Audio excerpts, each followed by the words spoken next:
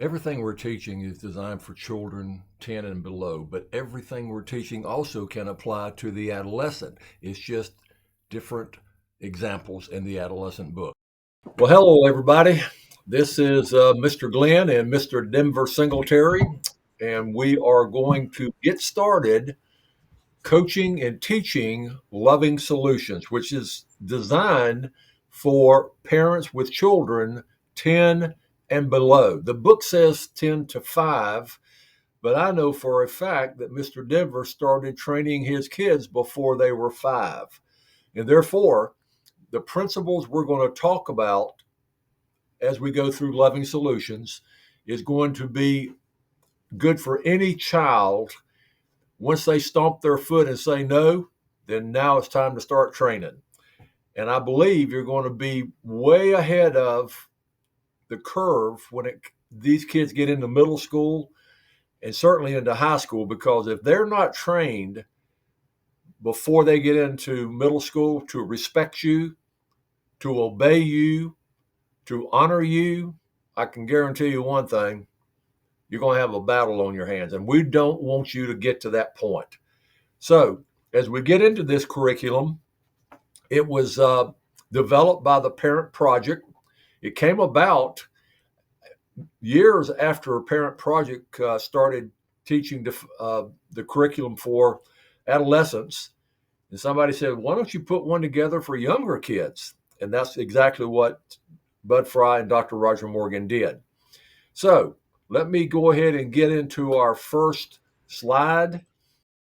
By the way, we also need you to purchase the book, and we have a link that will allow you to do that. You click it on, it'll take you straight to the purchase page, and you will be able to follow us, and we will encourage you to follow us through the book page by page. And as you can see something in red, you would have a highlighter, and you would highlight everything that we've gone through and put in red. Those are the important components of this book. So let me get to so what does work. Love and affection, positive strokes, positive consequences, and natural consequences are the keys to parenting impulsive children. And we're going to discuss that in greater detail in Unit 2. This is the foundation we will use and the foundation from which we will build. We will discuss the use of these keys not only with strong willed children, but with special needs kids as well. In a national poll, we were asked, participants were asked, what phrase, or words do you long to hear?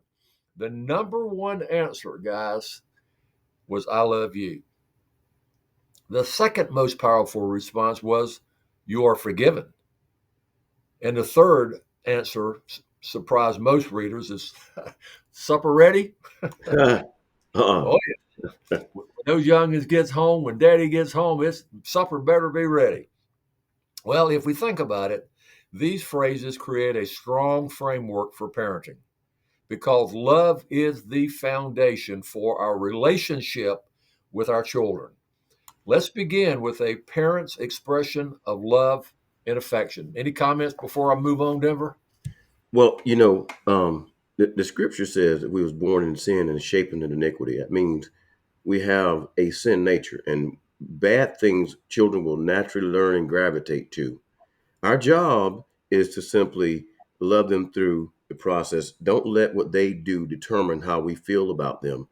And that's why I love you is so important. And you are forgiven is so important because, we're all bound to mess up. And so as soon as we get our children into that form of thinking that, yeah, you messed up, and you're going to get consequences for that, but that doesn't change how I feel about you. I still love you and you are forgiven.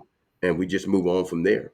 But oftentimes parents tend to hold those things against those children, animosity per se in their heart against that child. And it's just a child. And we have got to realize they're just children and we got to love them through the pain, the ups, down, backs, forth. And giving consequences does not tell that child that you don't love them. Giving them consequences actually tell them that you do care and that you do really love them. Glenn? Absolutely. Okay, we're still on page 4. We're talking about love and affection. The three most powerful words in any language are I love you. When parents understand the importance of these three words and take the time to use them daily, parents will have mastered the single most important element of successful parenting. Love and affection is the key to family communication and discipline. They also play a vital role in building a child's self concept. Sadly, older children often involve themselves in highly destructive behaviors because they do not believe their parents love or even care about them. The bumper sticker, Have You Hugged Your Kids Today, was originally developed as a campaign to help parents keep their children from using alcohol and other drugs. But the bottom line, guys, you can have all the rules that you want, but if this kid does not understand how much you love them, there's probably not going to be much willingness to change behavior. Because we're starting young, we're not fighting the battle that you're going to have to fight when you are dealing with an adolescent. When parents are asked if they love their children, the usual response is, Of course I do. But when asked, When was the last time you told your son or daughter that you loved them? The parents' responses are mixed. Loving our children is not enough. Parents' love must be expressed. Many parents, especially fathers, find it difficult to tell those closest to them how they feel. Nevertheless, it's essential for the children to know they are loved today for who they are and not only for what they do or for what they might become. Children are now focused. And buddy, you better believe it. They seldom think of the future and usually do not remember parental messages from one day to the next. For these reasons, most experts agree parents' love for their children should be communicated every single day. When parents child relationships are strained, or when some special needs kids, a parent's expression of love may not be openly acknowledged by the child. Nevertheless, love must be expressed daily. Hugs and kisses and pats on the back are great. They all help to show love and can work wonders and are irreplaceable in changing unwanted behavior and improving the parent child relationship. Mr. Denver? It is really important that, we show what we say. We have to model it. We have to, and then put into action. One of the things that I did in my family was that, yeah, we our children got consequences for their actions. And then my son asked me one time, "So, Dad, I guess you don't love me since you gave me a consequence." I said, "No, son, that's not true." I said, "Because I love you, and because I love you, I give you a consequence for your action to let you know that you just can't do what it is that you want to do and get away with it, especially if it's wrong, especially mistreating people or hurting someone in any way, or taking something from someone." So consequences are designed, and it's a process that love is built into.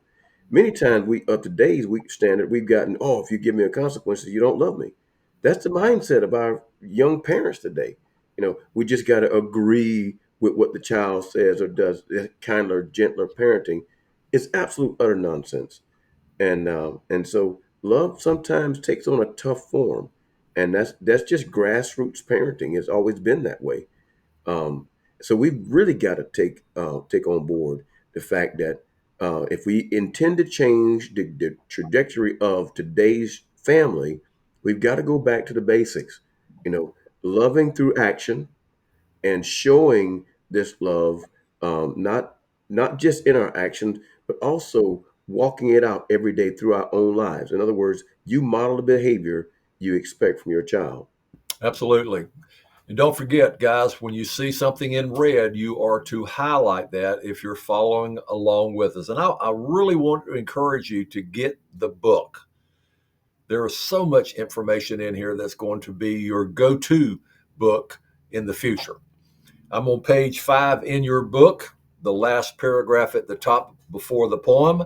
And it says, when parent child relationships are strained, or when some special needs children a parent's expression of love may not be openly acknowledged by the child. Nevertheless, love must be expressed daily. Hugs and kisses, pats on the back are great. We've already said that, and they are great. It's sure better than nothing. They all help to show love and affection to a child, but there is no replacement for a heartfelt, I love you. These three words can work wonders and are irreplaceable in changing unwanted behavior and improving the parent-child relationship. I'll never forget when a kid said to me, Mr. Glenn, they tell me they love me, but they do it just because you tell them to. Excuse me? You think your kids don't know the difference between you just doing something versus meaning something? They do. Well, this poem here, I think it's important, guys, that we take the time to read it. Down at the very bottom, it says, Albert Einstein, love is a better teacher than duty. Love can absolutely move mountains, guys. So let me read the poem. Not that I am a poem reader, but I like it.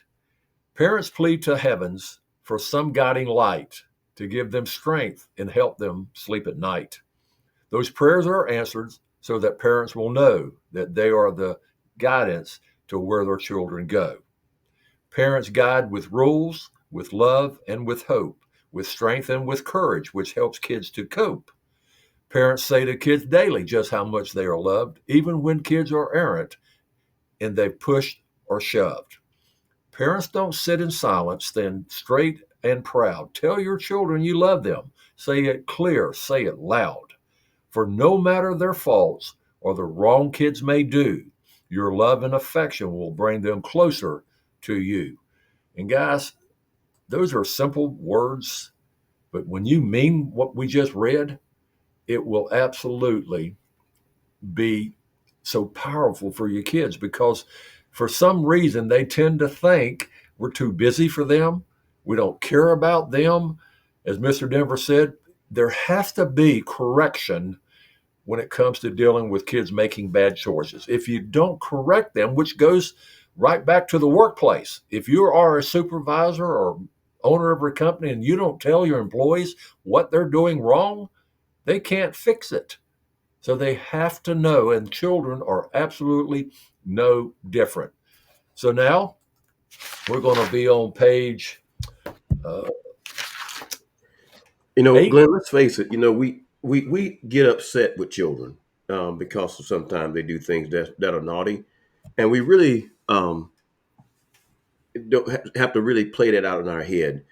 And because we are human, the kids say things to get under our skin, and we have to not let that be so impactful. In other words, don't take anything personal from children because their brain is not fully developed. Yeah. And so it's amazing how we have a lot of adult people thinking like children. If the child say this to me, I'm gonna say it back to them. That is not the case. What you're supposed to be doing.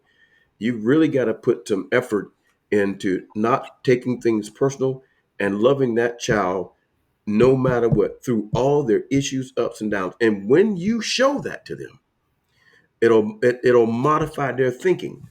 Because when a child figure you don't like them, guess what? They'll continue to do naughty things and get worse and worse, because they'll say my mom and dad don't care. And that's exactly how they think. Children's brain, it operates like that. So when we take initiative to not take things personal and just love them right where they are and correct them when they're wrong, that's proving to them that we love them and that they're going to do better because we believe in them. Over. Absolutely. Okay, we're on page 8 now. We're at group activity 1.3, showing love.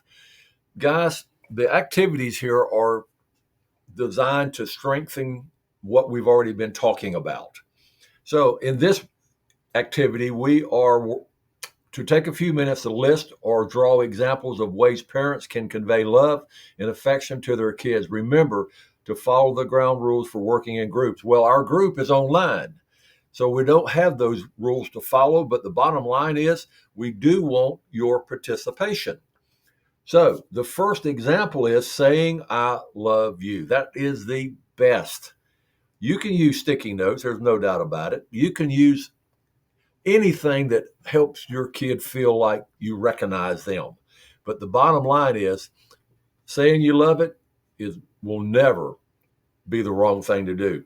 Spending time with your kids, cooking, working on the car if you're a dad, showing a child how to change a tire. Those are all valuable learning things that they need to know.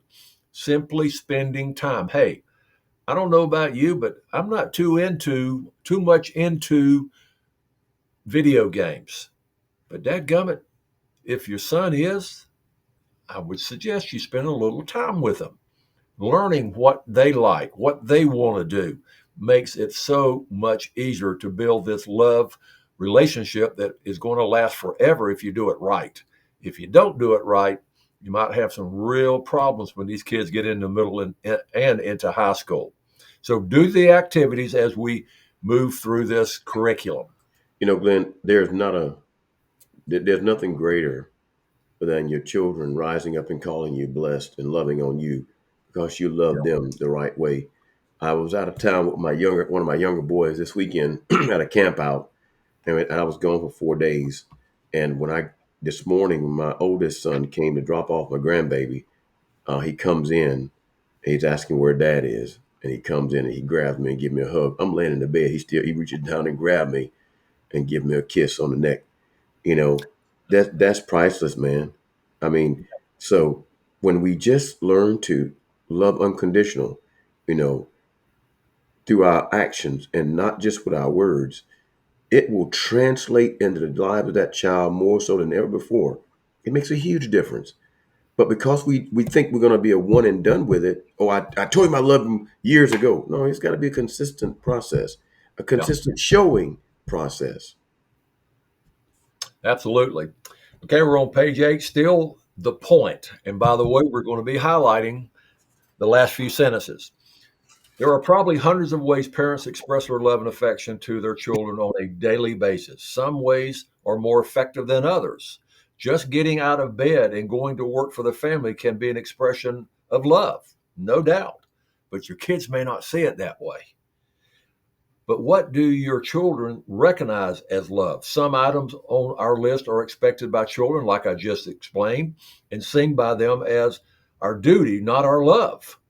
We must use expressions that cannot be interpreted by our children as anything other than mom and dad love me. Highlight those last two sentences. Guys, we have to settle this once and for all.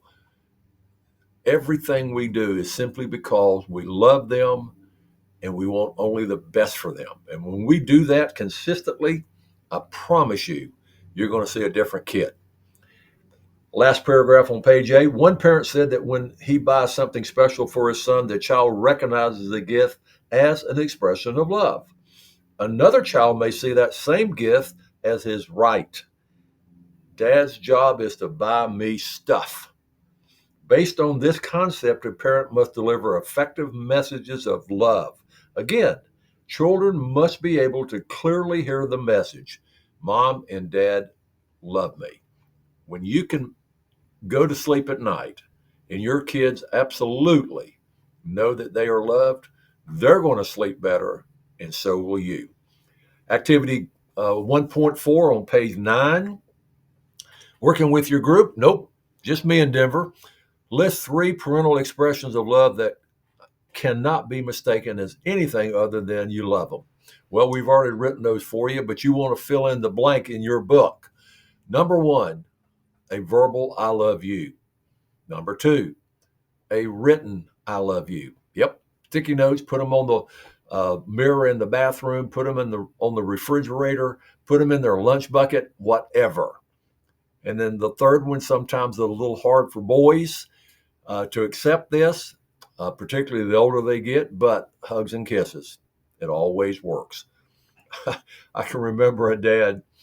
He was kind of tough, pretty rough is maybe a better word. And this I love you stuff was not something he was comfortable with at all. And one day he came into support And he looked at me, Mr. Glenn, I did it. I said, what did you do? What did you do? He said, I told my boy I loved you. I said, you did?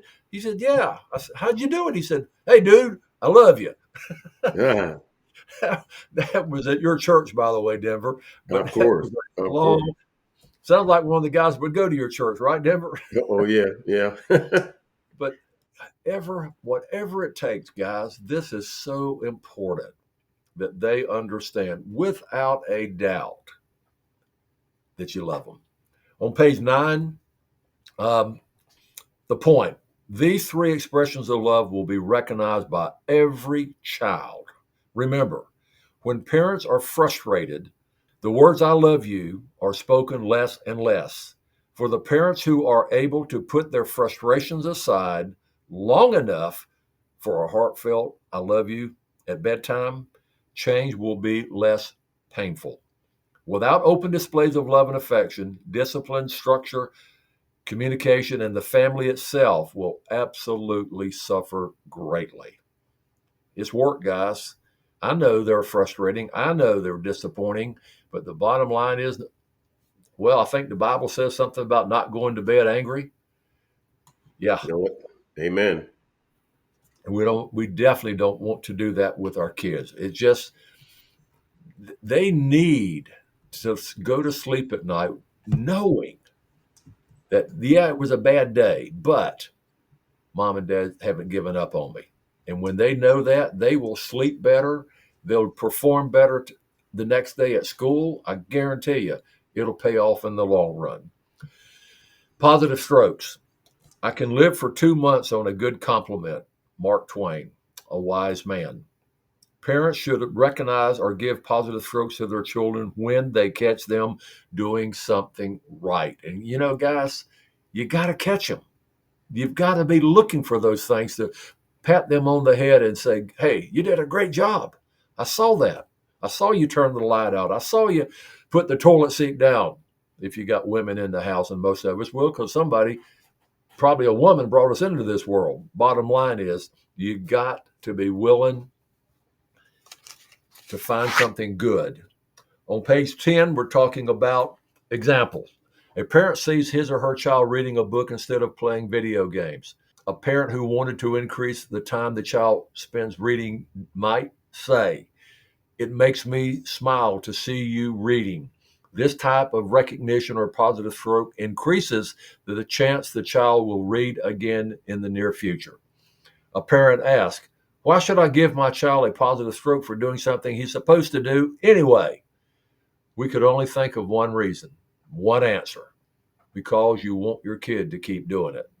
Even adults that are paid to do a job are occasionally given a positive stroke by their supervisor for doing a good job. The same principle applies in parenting. By the way, I don't know how much you know about the business world, but you can't give a guy a raise every time he does something good. The finances don't work that way. But I'll tell you, if you don't recognize them in some way or another, it's called a letter of recognition. It goes in their file. Talk about that, Denver. Well, a lot of times we people want to focus always on the negative and never on what a person does that's good. We will jump through hoops to call out and point out all the negative stuff, but we don't want to give a positive compliment when they do. So a child may do things, and it may be something that they're supposed to do. But saying thank you and that I appreciate you, that goes a long ways. That says that they have value, that you value them in and whatever their contribution is to the family. And that's why I never go without saying thank you for what you've done for me. Because it was you thought it up, especially my adult children. You thought it up and you did it because you wanted to do it because you love me because I first loved you. And that's how even God love is towards us. We love him because the Bible says he first loved us. And therefore that love perpetuates in our lives every single day. So it's important that we put the effort in, and stop talking a whole lot of game and start just doing a whole lot of stuff that we should be doing, that we know that's good for our children. Absolutely. On what I just read, I want you to highlight in your book. So, guys, we're going to stop right here. When you start viewing this, you'll be able to go to the next uh, chapter without waiting any longer. But we don't want to hold you in one place for very long because we know you're busy. You got to fix supper. You got to get the yard cut. We just want you to give you bits and pieces so you can get through this curriculum. But once you sit down in front of your computer or on your phone, you can go to those 20, 30-minute segments without any problem and do as many as you want. That's our plan. So, with that said, Denver, you got anything else you want to talk about before we wrap it up? I just think that it's important, again, that we take on what's written. Children didn't come with a particular handbook, but the Bible and the Parent Project curriculum, that showing you how to actually put into practice a different way of parenting. And I encourage every parent that's having struggles in their parenting, look these sources up. And they're important sources that will help give you a different understanding of how to do things.